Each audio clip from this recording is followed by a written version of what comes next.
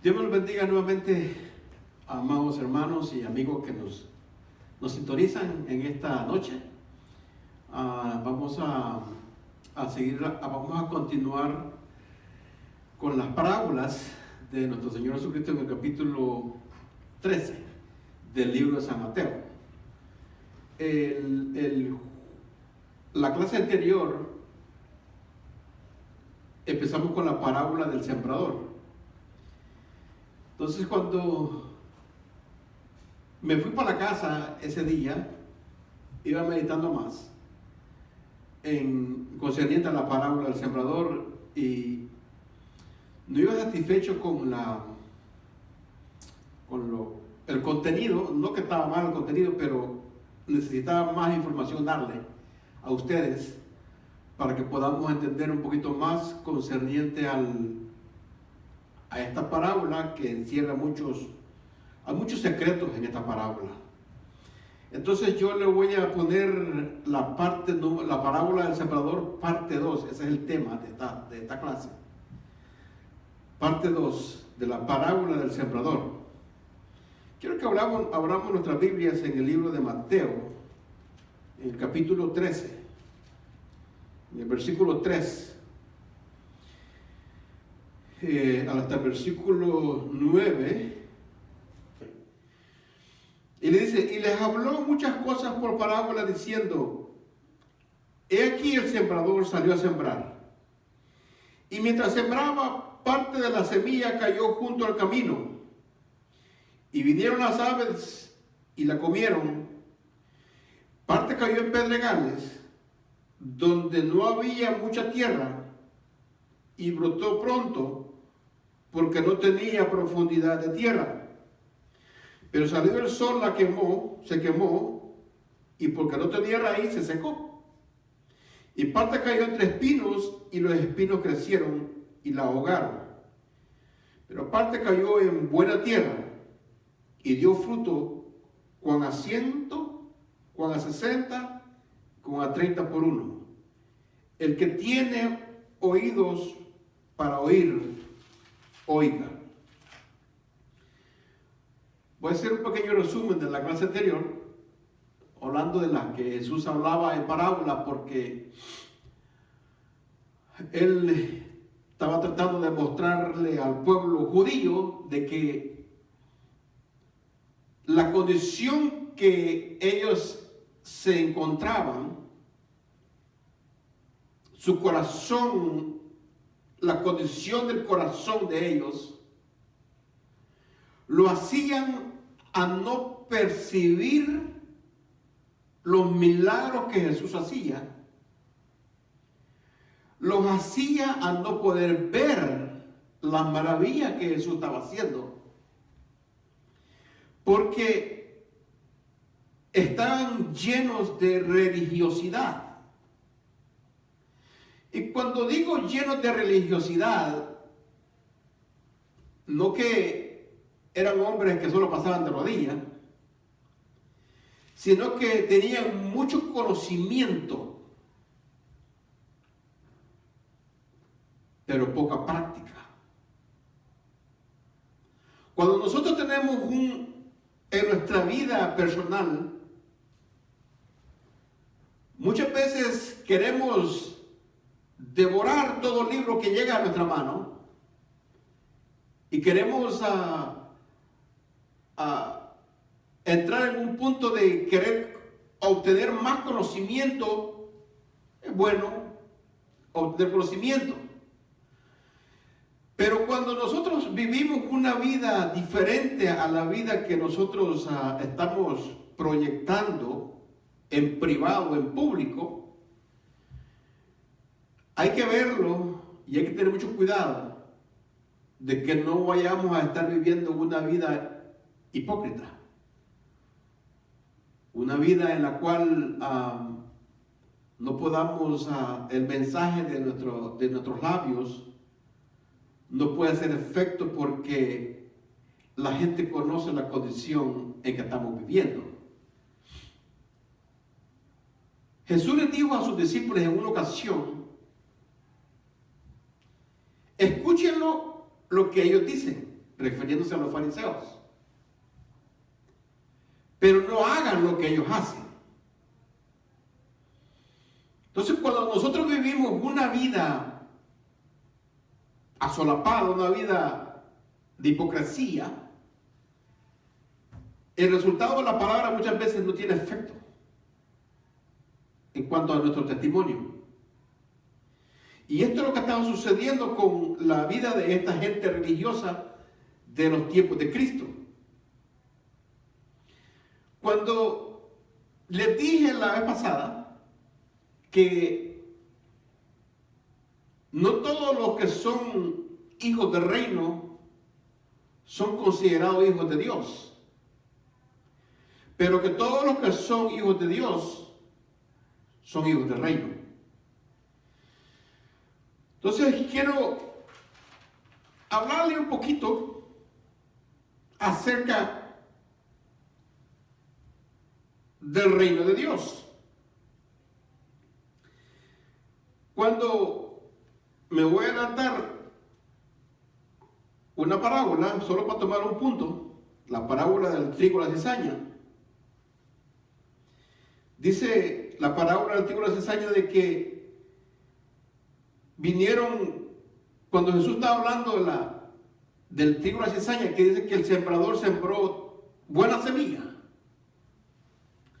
y el enemigo sembró cizaña en medio del campo. Y cuando Jesús da la interpretación concerniente a esto, y él dice, el campo es el mundo, la buena semilla son los hijos del reino, y la cizaña son los hijos del malo. Cuando él está hablando esto y dice, y el enemigo que la sembró es el diablo, la siega es el fin del siglo, y los segadores son los ángeles. De manera que como se arranca la cizaña y se quema en el fuego, así también será el fin de este siglo. Mira el 41 del 13:41.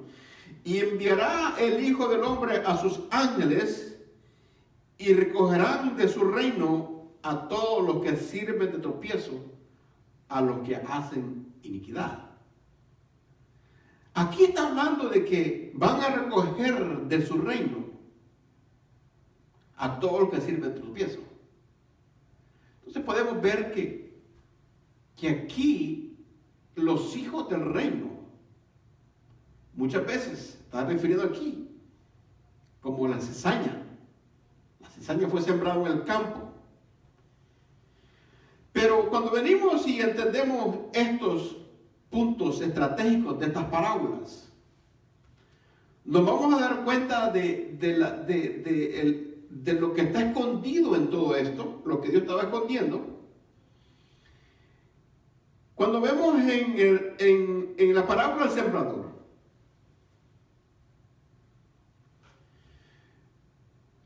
menciona 4 clases de terreno en donde la semilla cae. Y el terreno donde la semilla cae es el corazón del hombre. La semilla es la palabra de Dios. Cuando vemos que el reino de los cielos es semejante a un sembrador que fue a sembrar, fue a regar la semilla. Jesús lo dijo antes de él ascender al cielo, cuando dio la orden de la gran comisión en Mateo 28,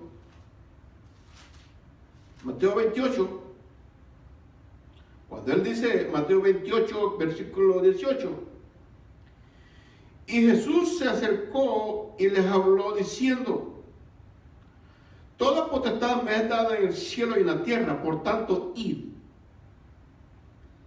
y haced discípulos a todas las naciones, bautizándoles en el nombre del Padre y del Hijo y del Espíritu Santo, y enseñándoles que guarden todas las cosas que os he mandado. Y aquí que yo estoy con vosotros todos los días hasta el fin del mundo. En Jesús pesaba el deseo de poder sembrar la semilla en los corazones de las personas, los oyentes. Él, en una ocasión, a los discípulos le dijo: mirad los campos, ya están listos para la siega. Pero ustedes dicen que faltan 4 meses todavía y que no es tiempo. No, ya está listo. Y Jesús, cuando le dijo mirad los campos, no se estaba refiriendo a las cosechas del trigo, a las cosechas de la heno, a todas las cosechas de las frutas. No se estaba refiriendo a esas cosechas, sino que se estaba refiriendo a las cosechas de la humanidad. A las cosechas de la humanidad, en la cual nosotros podemos entender que el ser humano es un terreno, la tierra, en donde la semilla va a ser sembrada. Y Jesús estaba diciéndole a sus discípulos: ustedes van a hacer la labor del sembrador en esta parábola. Ustedes son los que van a ir a sembrar la semilla de la palabra de Dios. Ustedes son los que van a estar haciendo el trabajo que yo les he enseñado en estos 3 años. Ustedes lo van a hacer, porque yo me voy a ir. Entonces, cuando vemos que esa labor de sembrar la palabra de Dios fue dado a nosotros, la iglesia, porque así lo estipuló Dios en su soberanía, de que nosotros, el pueblo que no era pueblo de Dios, se iba a encargar de sembrar la buena semilla en el mundo, en diferentes terrenos. Cuando veo estas cosas, esta misión que Jesús nos ha dado a nosotros como iglesia, de ir por todo el mundo y predicar el evangelio a todas las criaturas, es un mandato a la iglesia. No es un mandato a los ángeles, no es un mandato a ciertas personas exclusivamente. Dios le dio este trabajo exclusivamente a la iglesia, de sembrar la palabra. Cuando venimos y analizamos esto, los 4 terrenos en los cuales la semilla va a caer o está cayendo, Dios sabe cómo hacer las cosas. Dios sabe cómo motivarnos a nosotros, cómo impulsarnos a nosotros. Dios sabe cómo preparar a sus hijos para poder nosotros avanzar en la expansión, en la predicación de este evangelio. El apóstol Pablo decía: ay de mí si yo no predico este evangelio.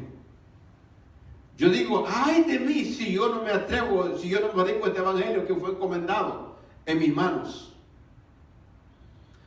Nosotros cuando abrimos esta iglesia, le pusimos la gran comisión. Estaba en la mente de nosotros expandir el reino.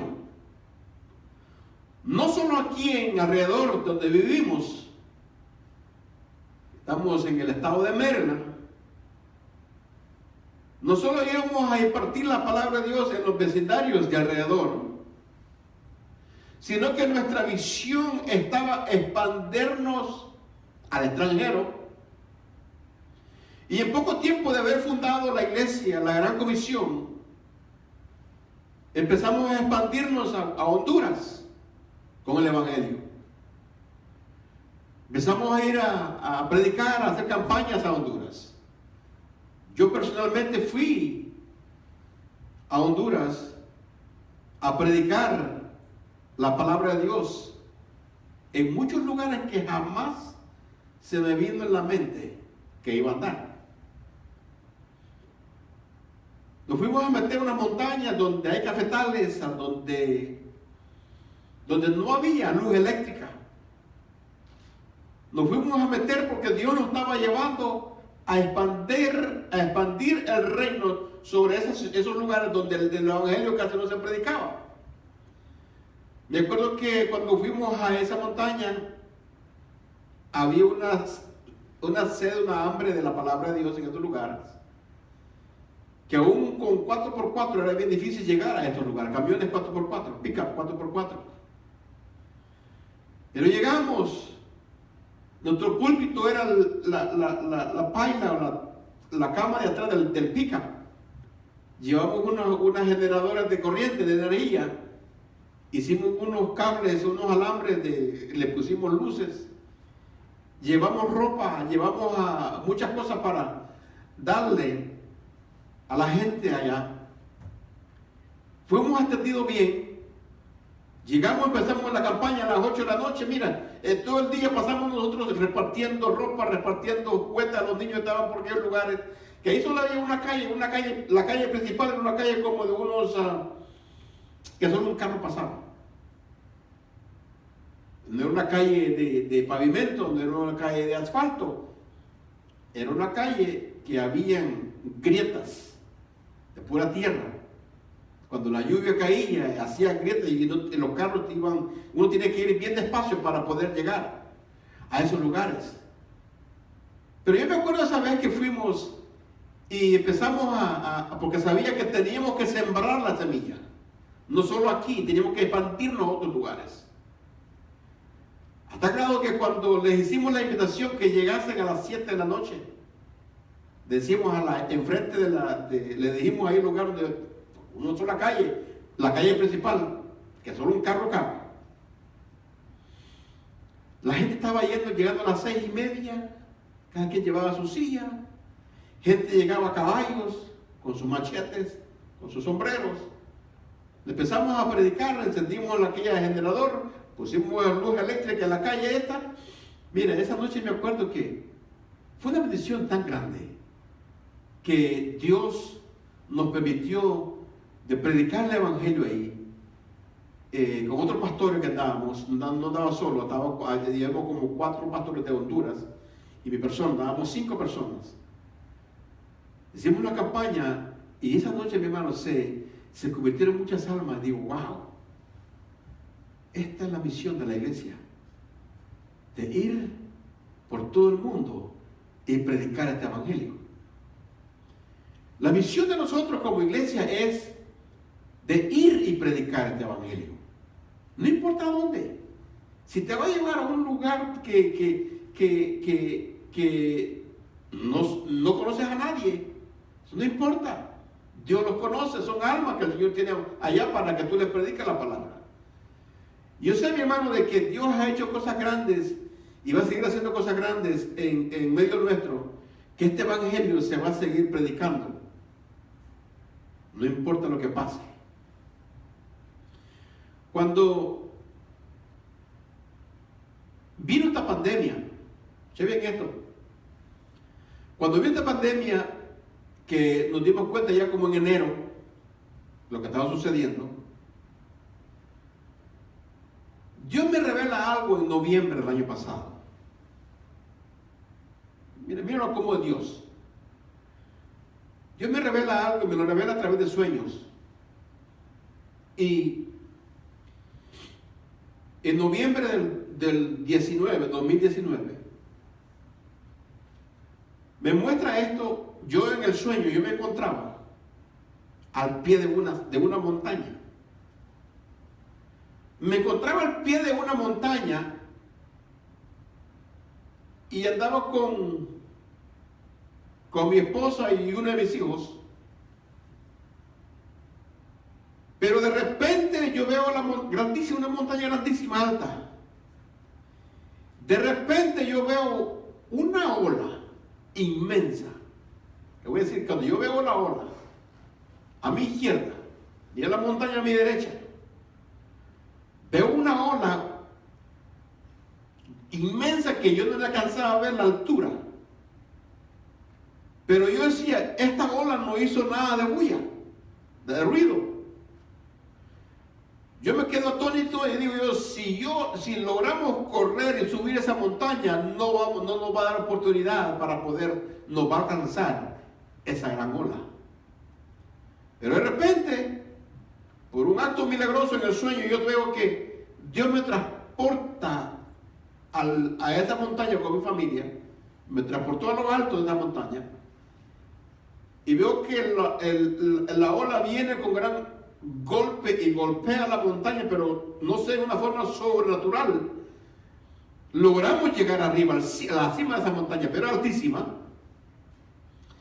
Cuando llegamos ahí arriba, solo me alcanzaron el agua. Yo veía que me iba subiendo poco a poco del pie para arriba, me iba subiendo, pero de una forma bien despacio y ya no estaba violenta.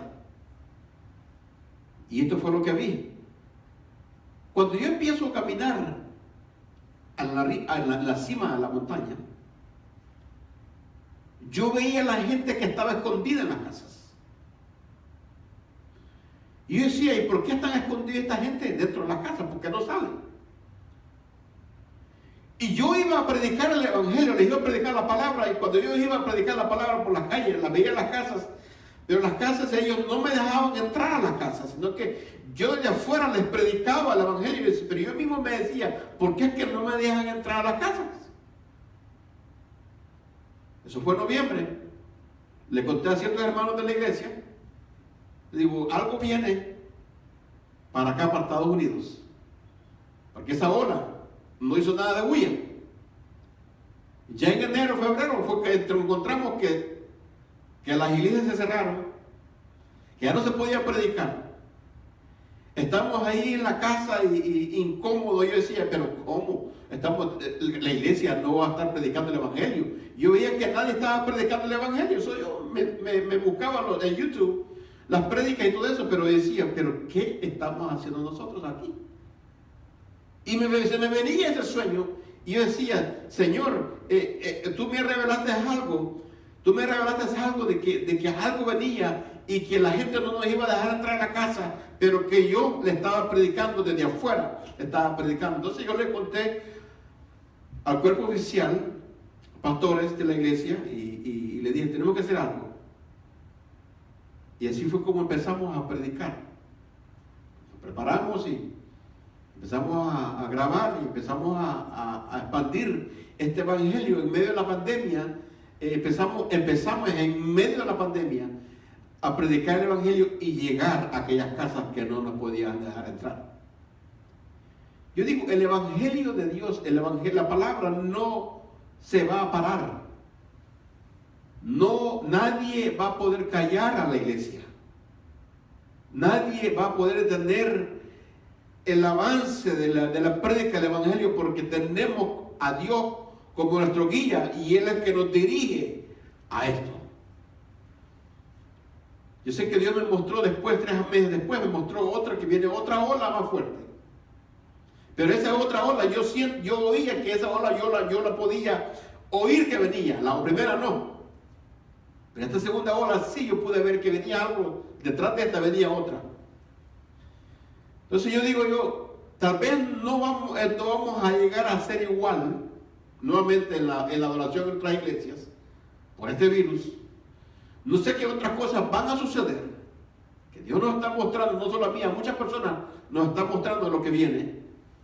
Tenemos que nosotros seguir y estar preparados para lo que Dios va a hacer, porque estamos viviendo en los últimos tiempos. Nosotros estamos viviendo en una etapa en donde nuestra labor como iglesia es seguir sembrando la buena semilla de la palabra de Dios. Nadie nos podrá hacer frente. Entonces yo decía, en los tiempos de Noé, ¿quién estaba sembrando la semilla en los tiempos de Noé? Esto del predicar el evangelio, de predicar la palabra de Dios, esto no es nuevo.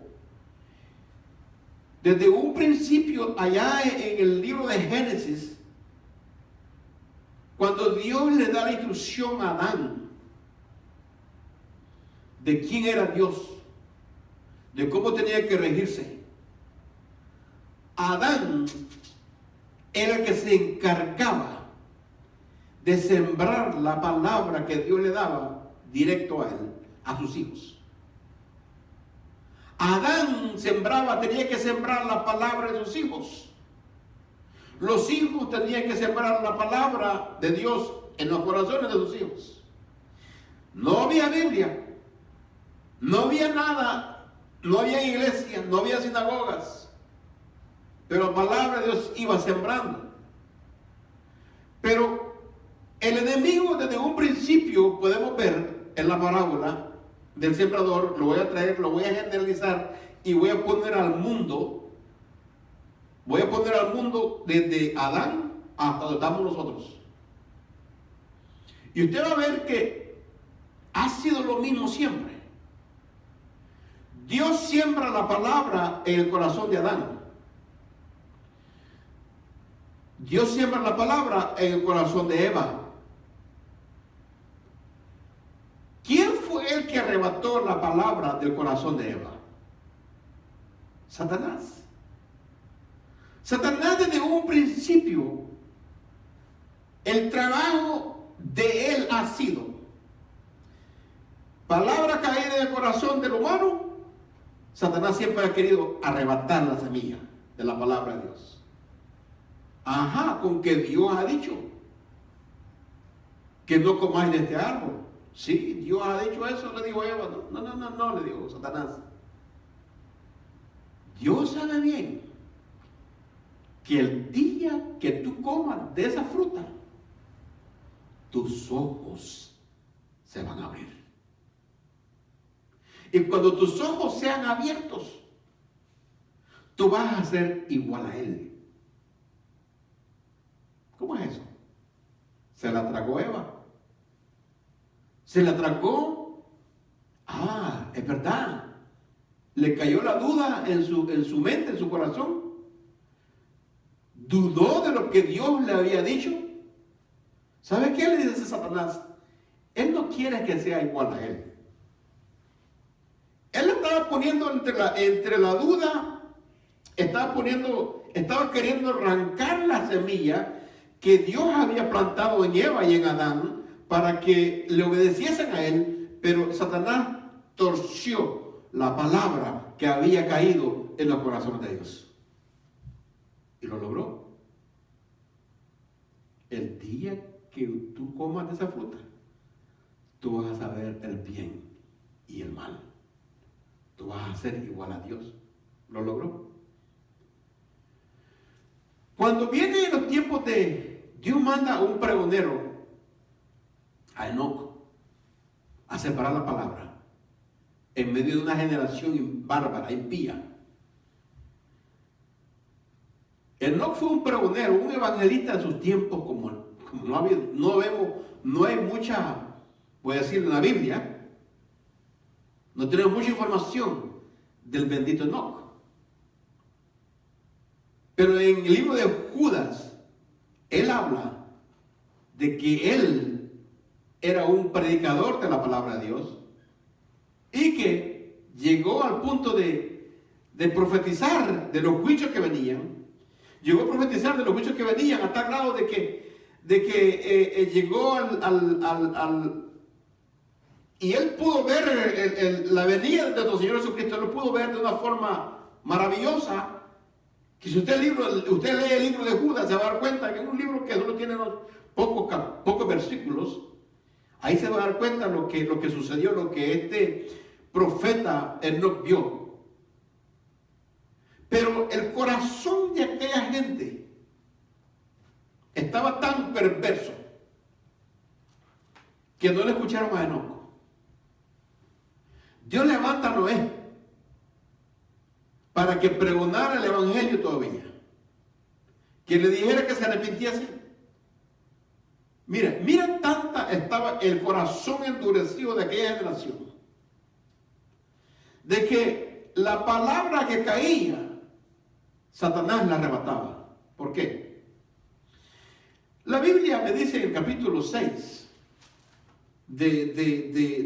¿cómo se llama? De Génesis, que estaba sucediendo la condición espiritual del pueblo de Israel en los tiempos de Noé. Yo creo que no se compara como hoy en día.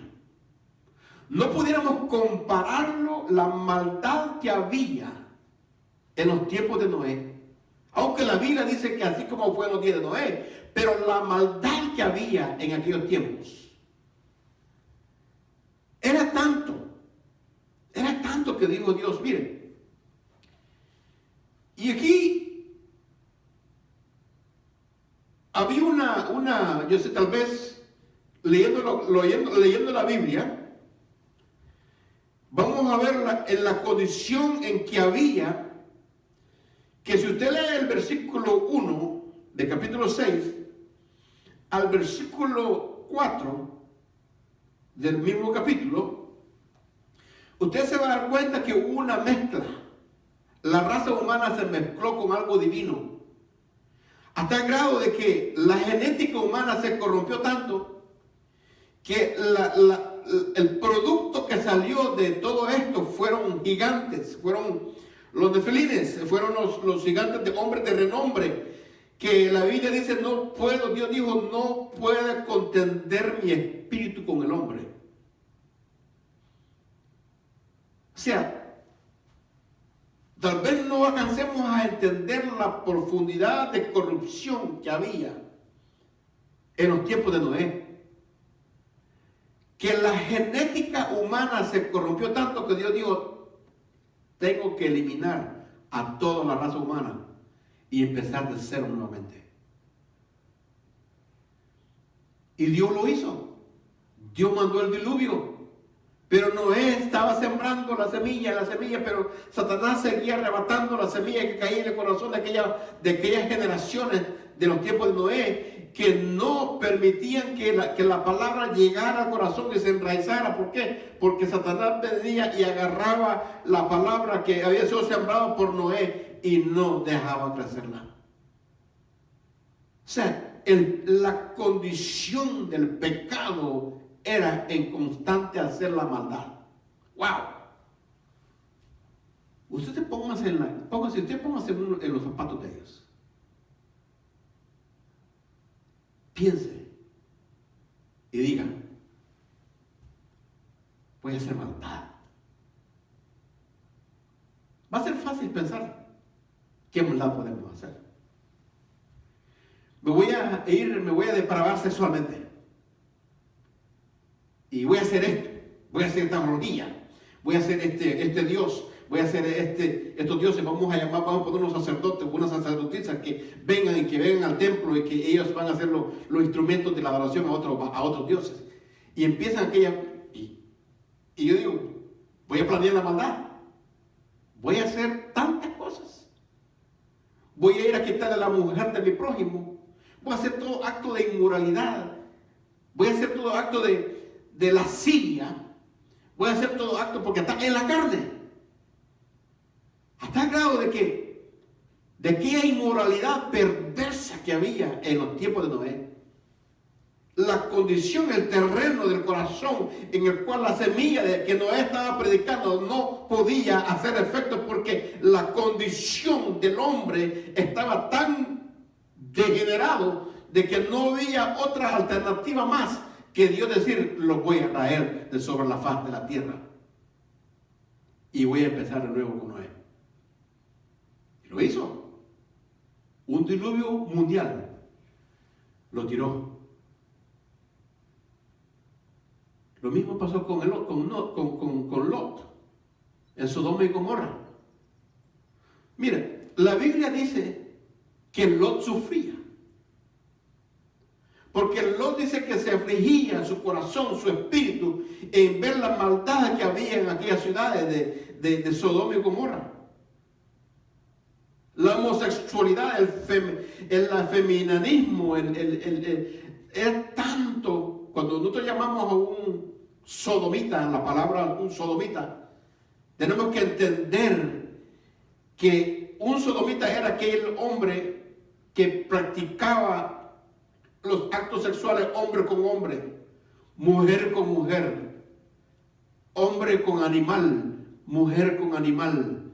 O sea, la depravación era tanto que aunque Lot hubiese querido predicar la palabra y decirle, no había, mira, no había nada que podía parar, aunque Abraham quiso interceder por Sodoma y Gomorra. Porque cuando Abraham empieza a interceder, le decía, pero Señor, ¿cómo es posible que tú vas a hacer esto? ¿Cómo es posible que tú vas a destruir al justo con el injusto? Igualmente. Y le decía a Abraham, le decía al Señor, le decía, pero si hubiesen 50 justos, ¿lo destruirías tú? No, le decía yo, Dios le decía yo, por amor a esos 50 justos, yo no voy a destruir la ciudad de Gomorra. Y Abraham empezó a negociar con Dios hasta que llegó a 10 y no se encontraron 10 justos, como que la palabra, la cantidad mínima para Dios es 10. Si hay 10 justos en esa ciudad, no la destruyó. Si hay 15 justos, no la destruyó. Pero ya Dios no quiso hacer, aquí llegó mi límite, yo ya no puedo más, 10 es mi número, y si no hay 10, yo la destruyo. Y así fue. Esa gente estaba tan corrupta en esos tiempos que lo único que demandaba de Dios era que Dios lo castigase. Era que Dios lo castigase de una forma tremenda. Yo lo comparo a eso como la semilla que cayó a la orilla del camino. Que las aves de los cielos venían, que significa, las aves de los cielos, significa la traducción de la parábola, significa que el enemigo, Satanás, venía y arrebataba, como dice, arrebatar, era destruir la semilla que caía en el corazón de aquellas personas que en su corazón estaban en tinieblas. Dios les quería mandar luz, pero el hombre prefirió más las tinieblas que la luz. Era bien difícil. La que cae en medio de pedregales, y aquí, la que cayó en medio de pedregales, y yo le voy a decir esto, mire. En el libro de Mateo, volviendo al 13, en el libro de Mateo, capítulo 13, dice, la que cayó en pedregales, donde no había mucha tierra, y brotó pronto, porque no tenía profundidad de tierra, pero salido el sol, se quemó, y porque no tenía raíz, se secó. Lucas dice, porque no había humedad en la tierra, no había agua en la tierra, se secó. Esto me venía a la mente y decía, ¿cómo lo puedo comparar esto? Y me venía a la mente y yo decía, wow, está fácil. Hoy las iglesias, escúcheme bien esto, las iglesias hoy en día hacen muchas actividades de alcance. Y más que todo, quieren alcanzar a la juventud, está bien. Atraer la juventud para el Señor, perfecto. Estoy con eso. Tenemos que alcanzar a todo el mundo. Pero el problema que está hoy en día es que a los jóvenes no se les confronta con el pecado, sino que se crean actividades. Por ejemplo, vamos a hacer un concierto, vamos a traer a estas personas que atraen gente, vamos a poner luces, vamos a poner efectos, vamos a poner las burbujas, vamos a hacerlos sentir a los jóvenes como que están yendo a una discoteca. Y a los jóvenes les gusta, les atrae eso, wow, y todo eso, y empiezan a cantar, y empiezan a adorar a Dios, y empiezan a hacer tantas, pero el atractivo de estas planificaciones de eventos van hacia el sentimiento, hacia las emociones de la juventud, pero no van al corazón de la juventud. Usted va a ver que vienen contentos y vienen, ay, que estuvo tremendo la fiesta de noche. O sea, ¿qué fiesta? Ya los jóvenes están viendo que el evangelio es fiesta. No, arrepiéntete primero y después va a hacer fiesta. Pero no queremos ser confrontados en la condición de pecado en que muchas veces nos se encuentran y no pueden alcanzar a ver el por qué es que entonces cuando ellos vienen a los conciertos y dicen, wow, estuvo bien, ve cuándo va a haber otro concierto, y empiezan de ir de concierto a concierto, de concierto a concierto, y piensan que eso es el evangelio. ¿Por qué? Porque el objetivo de los que ministraron, los que hicieron esta actividad es, vamos a cargarle a su emoción. Y usted ve que ellos están ahí. Todavía siguen viviendo en pecado. No hay una transformación. No hay una confrontación de la palabra, sino que ellos siguen viviendo una vida y piensan que esa es la vida del evangelio, que es simplemente de fiesta en fiesta.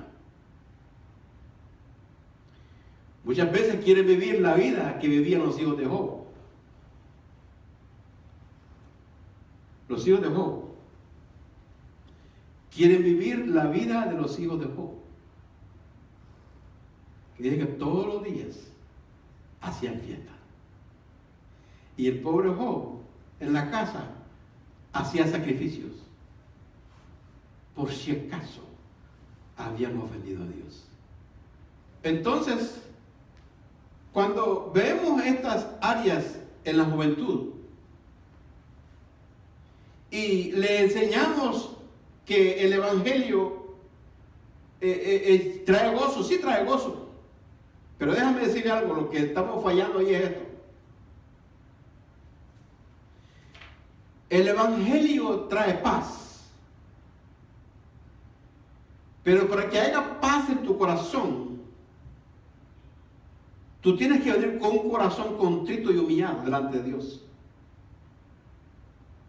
Con un corazón como aquel hombre que se pegaba en el pecho y decía, ten misericordia de mí, que soy pecador.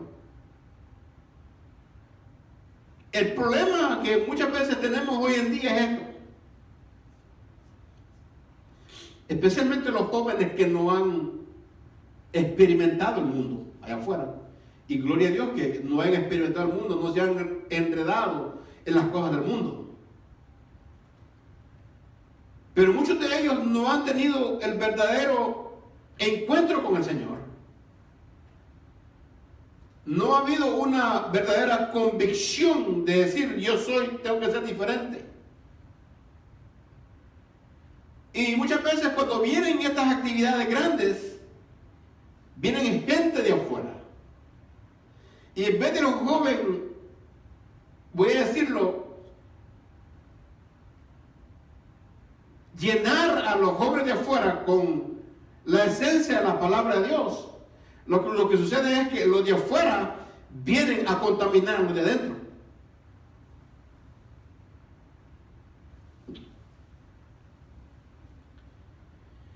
Los de afuera vienen a contaminar a los de adentro a tal grado que empieza el joven a deteriorarse, empieza aquella persona que recibió la palabra, dice, con gozo, pero cuando vino el sol, cuando vino la prueba, se olvidaron de decirle a estos jóvenes o a estas personas nuevas, a estas mujeres nuevas en el evangelio, que el evangelio se sufre. El evangelio es sufrido. El evangelio hay que negarse a nosotros mismos. El evangelio vamos a traer de Jesús dijo, yo no he traído paz, sino espada. Yo no he venido a unir la familia, yo he venido a dividir la familia. ¿En qué forma? Cuando alguien se convierte al Señor, lo primero que su Biblia dice, ya te hiciste de esos, aleluyas. Ya te hiciste de aquellos que no quiebran plato. Y empieza la persecución dentro de la casa. Empieza la persecución dentro de la familia. Empieza la persecución en medio de los amigos que dicen, vamos a ir a la fiesta. No, vamos a ir al bar. Vamos, no, ya no puedo hacer esto. Ya te arruinaste, le dicen. Ya te arruinaste y ya, qué desgracia que te metiste. Empiezan a hacerte presión, a hacerte sentir mal, a tal grado de que viene la persecución, viene la prueba, viene el ambiente tuyo, empieza a cambiar, que empiezas a ver y decir, antes no tenía este problema yo, ahora sí lo tengo. Y dices, mejor estaba bien como estaba antes. Porque cuando viene la prueba y viene la persecución, ahí es donde muchos caen.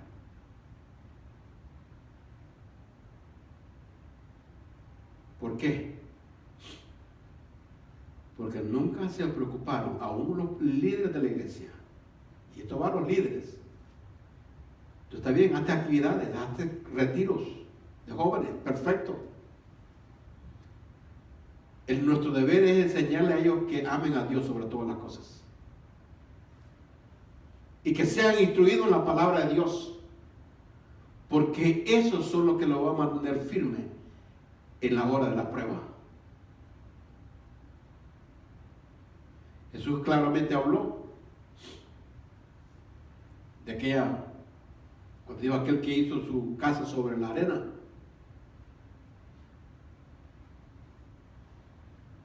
La fabricó, la edificó sobre la arena, pero cuando vinieron los vientos recios, vinieron las aguas y se la llevaron. ¿Por qué? ¿Quién se le va a ocurrir hacer una casa sin un buen fundamento? Claro, vemos hoy en día a la orilla de las playas, ahí hay edificios grandes, pero tienen una fundación bien bárbara para adentro. Pero ahora, ¿qué se decía? Formar una casa encima sobre la arena. Es ser insensato. Pero Dios viene y pone y dice, pero el que construyó la casa sobre la roca, esa es la que permanece, aunque vengan vientos fuertes, aunque vengan tempestades, aunque vengan lluvias, aunque vengan problemas, aunque venga persecución, tú te vas a mantener firme porque tu casa está sobre la roca. Y dice, y estos son los que se van, porque no tenían firmeza, no tenían raíces.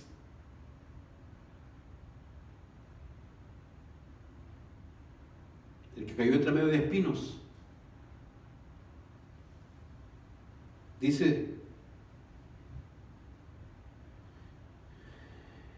los espinos crecieron y la ahogaron.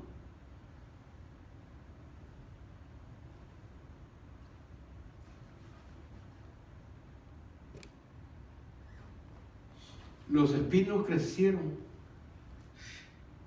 la semilla cayó y crecieron entre medio de espinos y la ahogaron. Y cuando Jesús daba la respuesta a esto, el que cayó en medio de espinos es el que oye la palabra. ¿Ya ven esto? Pero el afán de este siglo y el engaño de las riquezas ahoga la palabra y la hace infructuosa. Ahora vea esto. Cuando estas personas vienen, el negocio es algo bien, podría decirle, puede ser un negocio saludable o ese negocio te puede acarrear maldición.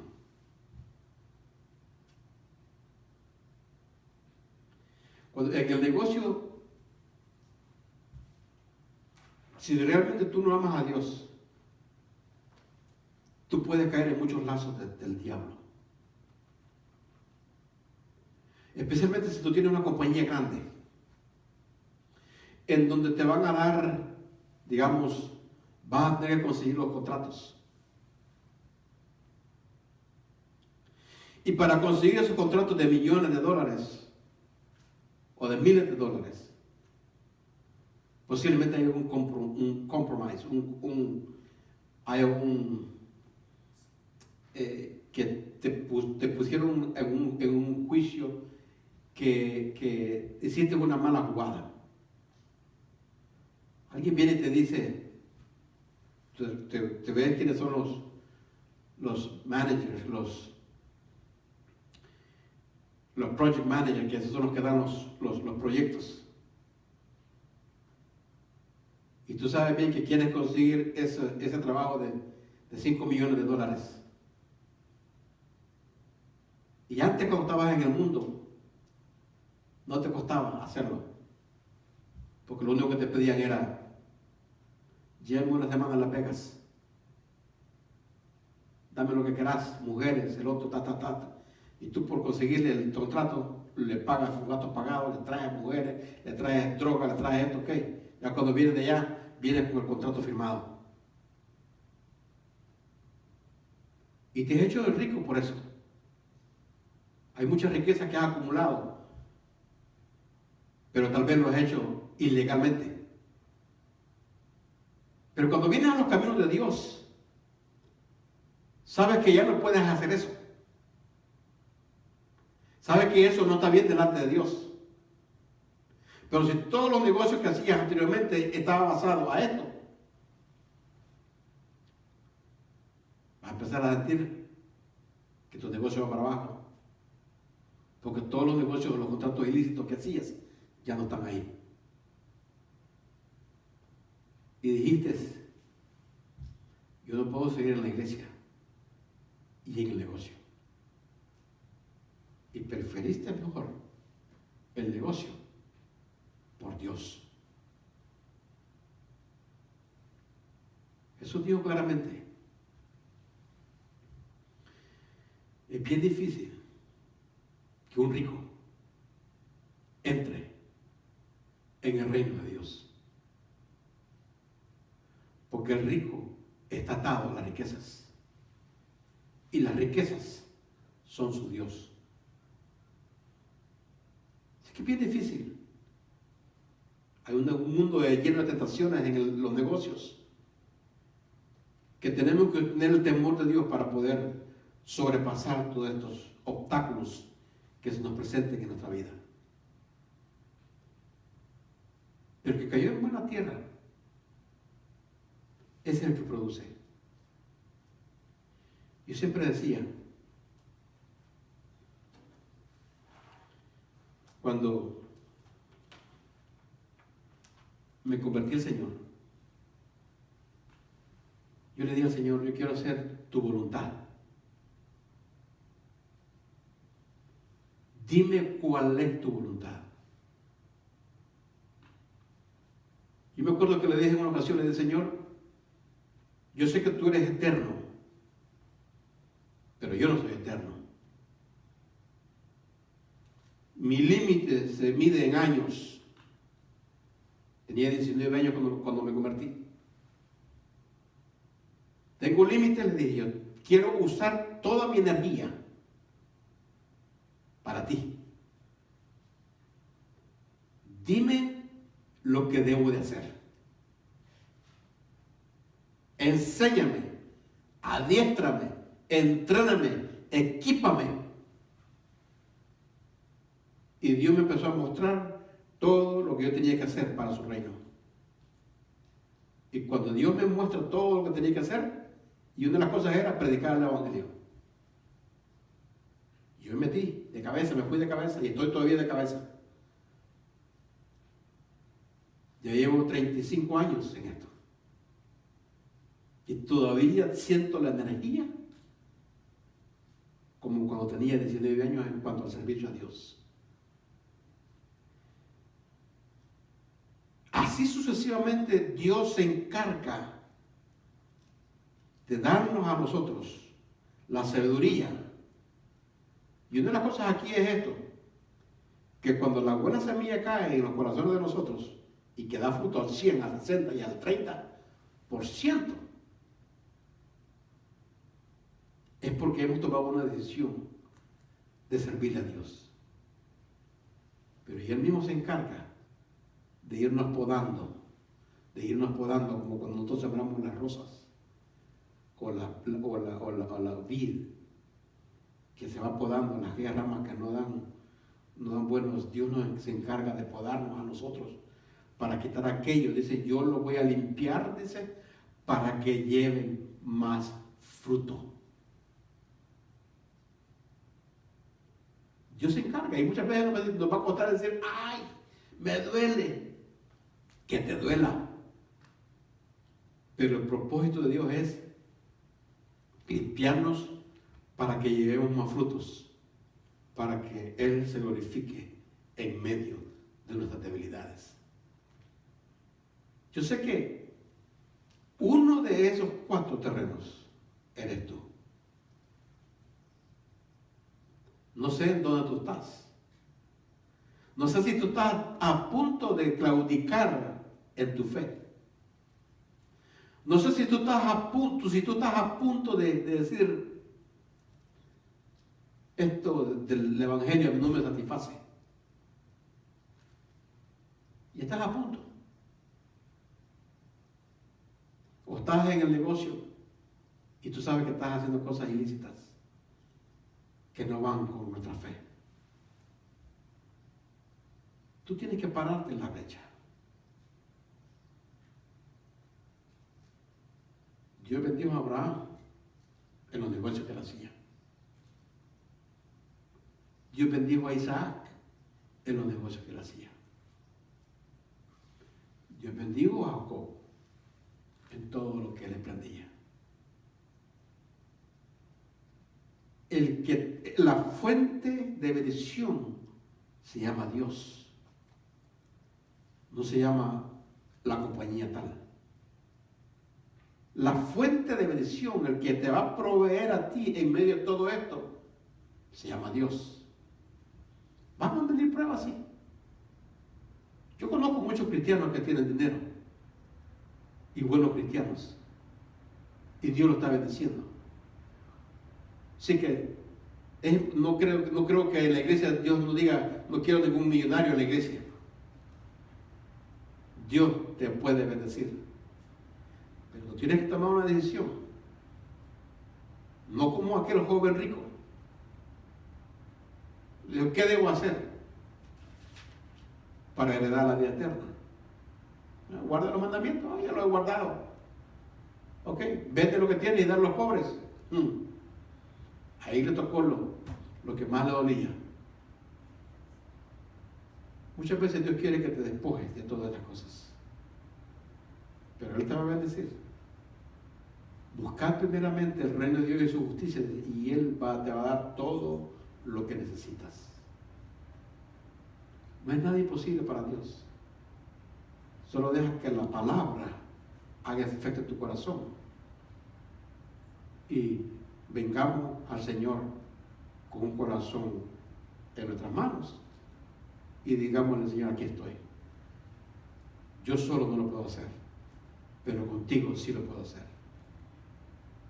No hay nada imposible. Yo sé que cayó a la orilla del camino, no me está escuchando esta palabra. Pero esa es la realidad del reino. Dios quiere bendecirte. Y Dios quiere que lleve muchos frutos para su reino. Dios te bendiga.